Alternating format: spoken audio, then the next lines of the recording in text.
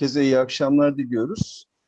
Kırım Derneği Genel Merkez tarafından düzenlenen Söz Gençler'in Zamanevi Sohbetler serisinin bu sezonki son programında hep birlikteyiz. Bu akşam bizlerle birlikte Egemen Köken Bursa'dan bulunmakta. Egemen merhaba, hoş geldin. Hoş bulduk. Sen bizlere Kırım'ın Nasrettin hocası Ahmet Akay'ı anlatacaksın bu akşam. Evet. Ama öncesinde biraz senden bahsedelim. Bugün karne günüydü. Sen karne gününe denk geldin okulların. Pek çok arkadaşımız karnelerini aldı. Senin karne nasıl geldi? Benim güzel geldi. Hepsi iyi. Maşallah, maşallah. Umarız bütün bizlerle beraber program yapan arkadaşlarımızın da karneleri hepsi senin gibi güzeldir. Güzel karneler getirmişlerdir. Hepinizin başarılarını diliyoruz Allah'tan. Allah yolunuzu, bahtınızı, geleceğinizi açık ve mutlu etsin, sağlıklı etsin inşallah. Ahmet Akay'ı seçmek nereden aklına geldi? Ahmet Akay'ı seçme fikri gülmeyi ve güldürmeyi seviyorum. Oradan. Çok güzel. Peki biraz kendinden bahseder misin? Kaça gidiyorsun? Kaç yaşındasın? Ben Nerede 4. yaşıyorsun? bitireceğim. 10 yaşındayım. Hı hı. Zaten başında konuşacağım, hani ilk sunum yapmadan önce bir konuşmam var. Orada belirtiyorum.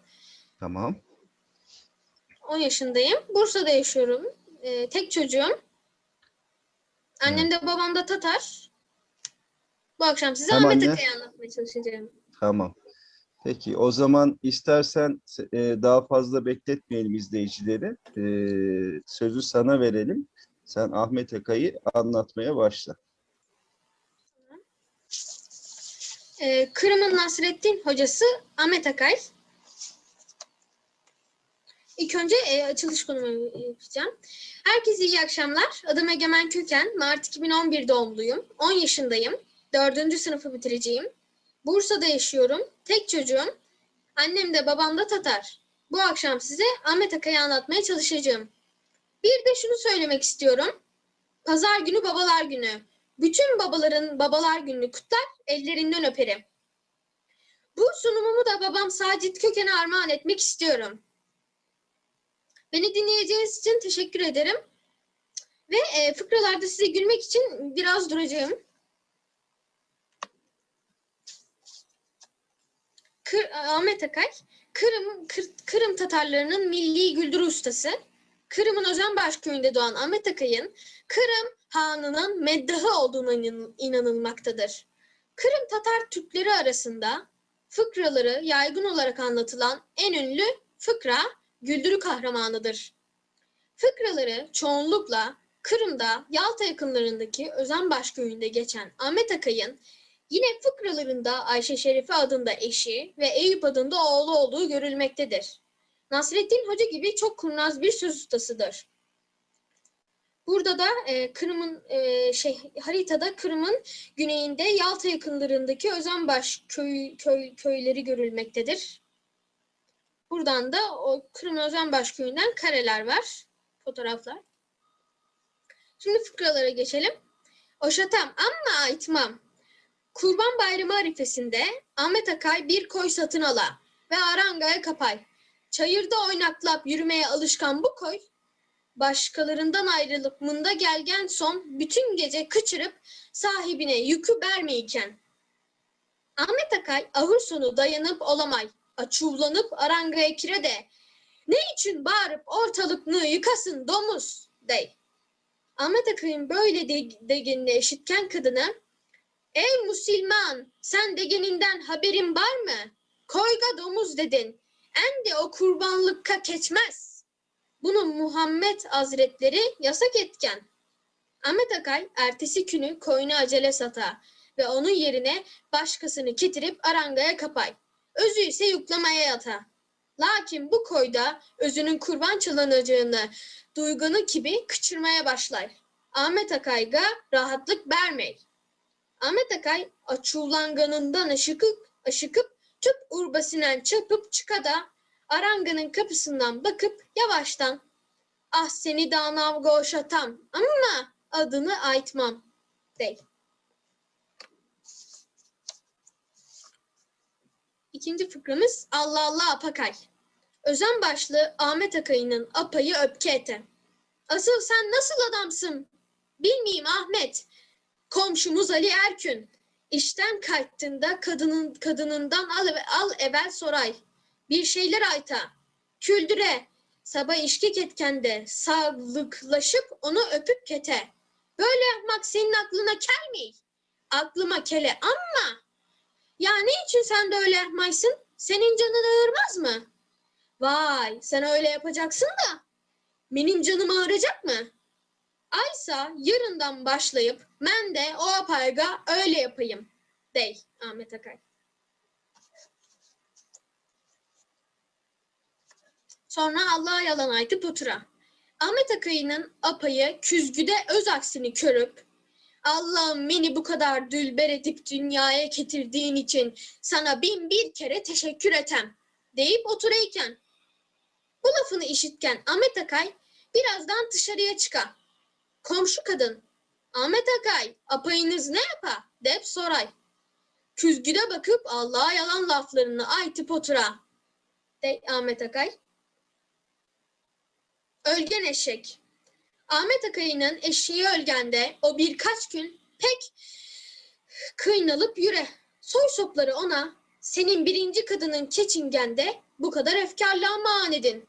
Ölgen eşeğe o kadar yanıp küymek olur mu deyler. Nasıl ağlamayayım?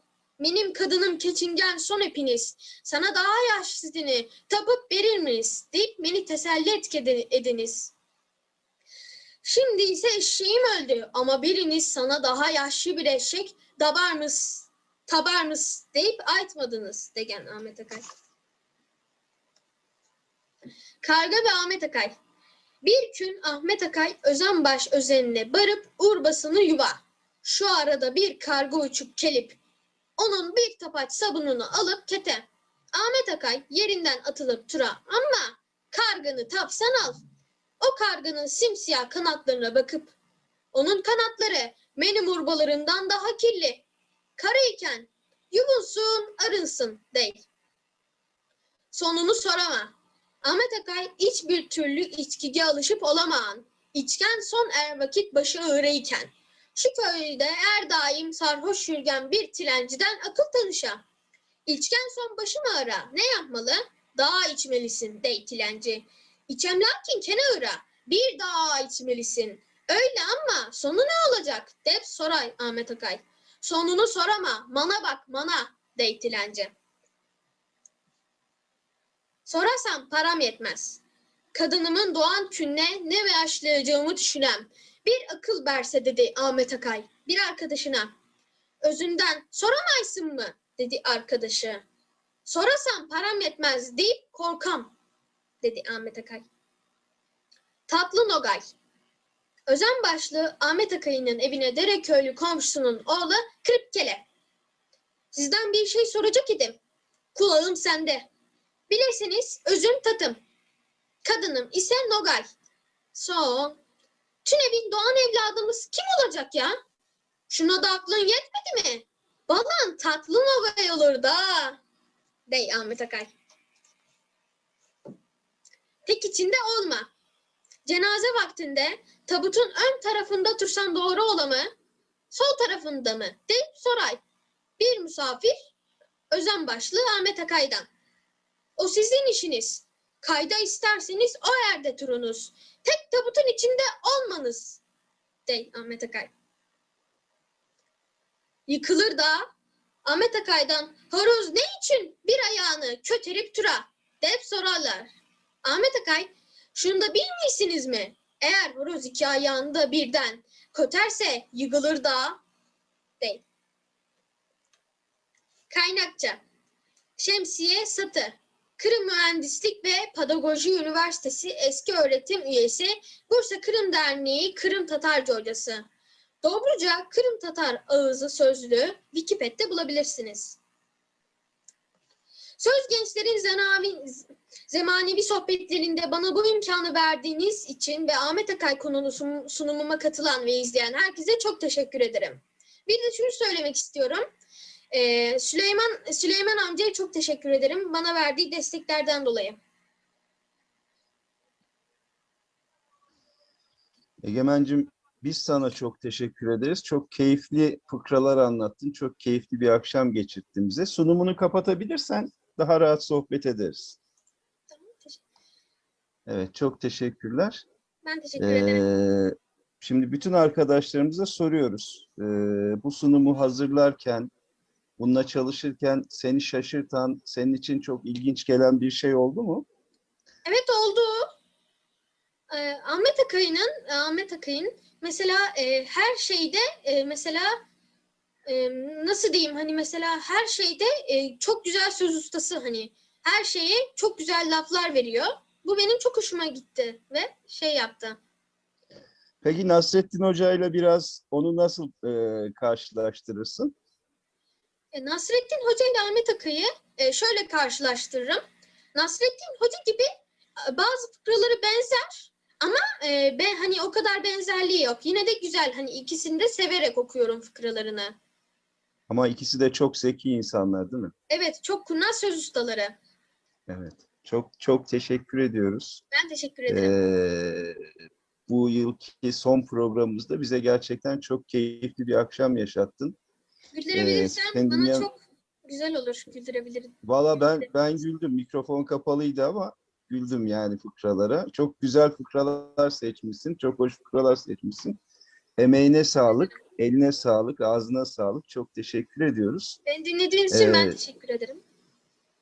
evet, e, biz de çok teşekkür ediyoruz. Tabii Süleyman amcana da çok teşekkür ediyoruz. Süleyman amcanın bu programın başından beri katkısı çok büyük oldu. Çok sağ olsun. Evet. İnşallah önümüzdeki yıl yine hem sizlerle hem daha yeni arkadaşlarımızla benzer programları yapmaya devam ederiz. Evet kıymetli izleyiciler, Söz Gençlerin Zemanevi Sohbetler serisine Egemen Köken'den dinlediğimiz Ahmet Akay fıkralarıyla bu yıl veda ediyoruz artık. Programlarımızın hepsini Derneği Genel Merkezi'nin YouTube sayfasında ve Kırım Dernekleri Genel Merkezi Facebook sayfasında ayrıca izleyebilirsiniz. Bu yıl yaptığımız bu programlarda 10 ila 17 yaş arası gençlerimize Kırım'la ilgili kendi diledikleri konuları seçip bizlere anlatmalarını istedik. Onlar da sağ olsunlar bizlere çok faydalı, çok güzel programlar sundular. Tamamını dediğim gibi YouTube'dan ve Facebook sayfamızdan tekrar izleyebilirsiniz. Bizler çok faydalandık. İnanın bunca yıldır Kırım dernekleri içindeyim. Kırım tarihi hakkında az çok bilgim var vesaire var ama en başından bu yana her programda yeni böyle başlıklar açıldı. Ufkumuz aydınlandı. Çok teşekkür ediyoruz hepinize. İyi akşamlar diliyoruz. Bu arada bugün itibariyle tatile giren bütün çocuklarımıza, gençlerimize de iyi tatiller, faydalı bir tatil geçirmelerini bekliyoruz. Herkese iyi akşamlar. Tekrar önümüzdeki yıl görüşmek üzere.